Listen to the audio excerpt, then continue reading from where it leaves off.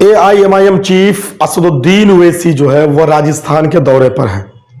कल लगातार press conference किए, 2 जगह चुनावी सभा किए हैं और पूरी तरह से उन्होंने कांग्रेस को खुली चैलेंज दी है।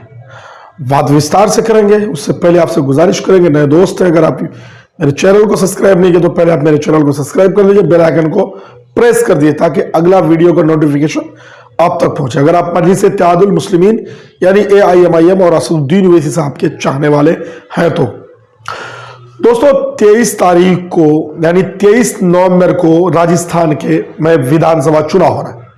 एक चरण में पूरे राज्य का चुनाव हो जाना है। उसके बाद 3 दिसंबर को चुनाव के रिजल्ट आने हैं, जिसमें और राज्य है तेलंगाना, मध्य प्रदेश, मिजोरम, इन राज्यों में भी चुनाव होने हैं, छत्तीसगढ़, अलग अलग डेट पर, लेकिन गिनती जो है वो 3 दिसंबर में तमाम होने हैं। जबकि तेलंगाना की बात करें, जहां मजलिस इत्तेहादुल मुस्लिमीन यानी AIMIM चुनाव लड़ रही है, वह 30 दिसंबर को चुनाव होने और 30 नवंबर को चुनाव होने और 3 दिसंबर को चुनाव के रिजल्ट आने। अब मजलिस इत्तेहादुल मुस्लिमीन यानी असदुद्दीन ओवैसी पूरी तरह से कांग्रेस पर आग बगुले हो गए। आग बगुले होने का रीजन यही है कि कांग्रेस के नेता पूर्व अध्यक्ष राहुल गांधी जी तेलंगाना में जाकर के मजलिस इत्तेहादुल मुस्लिमीन पर बड़े बड़े इल्जामात लगाए हैं।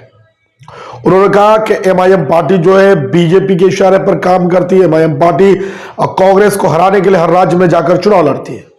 मजलिस इत्तेहादुल मुस्लिमीन अब इस पर पलटवार करती हुई नजर आ रही है। AIMIM की तरफ से कहना है कि मजलिस इत्तेहादुल मुस्लिमीन 2009 तक या 12-13 तक जो कांग्रेस की UPA 1 UPA 2 गवर्नमेंट में सरकार में रही, उस समय कांग्रेस को नहीं लगा कि हमारे नजरियात, हमारे अफकार जो है वो बीजेपी से मेल खाता है। उस समय सत्ता बचाने के लिए आंध्रा में और अपनी सियासी रोटी खाने के लिए राहुल गांधी और मैडम सोनिया गांधी जी, तब तो असदुद्दीन ओवैसी साहब के राब्ते में रहते थे, तब तो असदुद्दीन ओवैसी साहब बहुत अच्छे इंसान थे।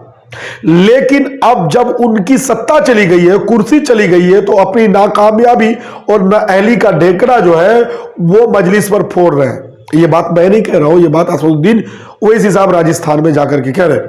जुनैद नसीर को लगातार याद कर रहे हैं, अशोक गहलोत सरकार पर लगातार हमलावर हो रहे हैं। इन तमाम बातों के बीच में मजलिस इत्तेहादुल मुस्लिमीन राजस्थान विधानसभा चुनाव लड़ रही है और मजबूती के साथ लड़ रही है।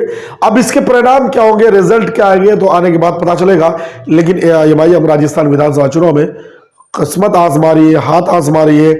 अब इसमें लोगों का विचार क्या होगा, सरकार के साथ जाएंगे, सरकार बनाने के साथ जाएंगे, सरकार बिगाड़ने के साथ जाएंगे, या खुद की नुमाइंदगी के साथ जाएंगे, क्योंकि AIMIM जो है लगातार खुद की नुमाइंदगी की बात करते हैं। तो ऐसे में लोगों का विचार किसके साथ हो तो देखने वाली बात हो।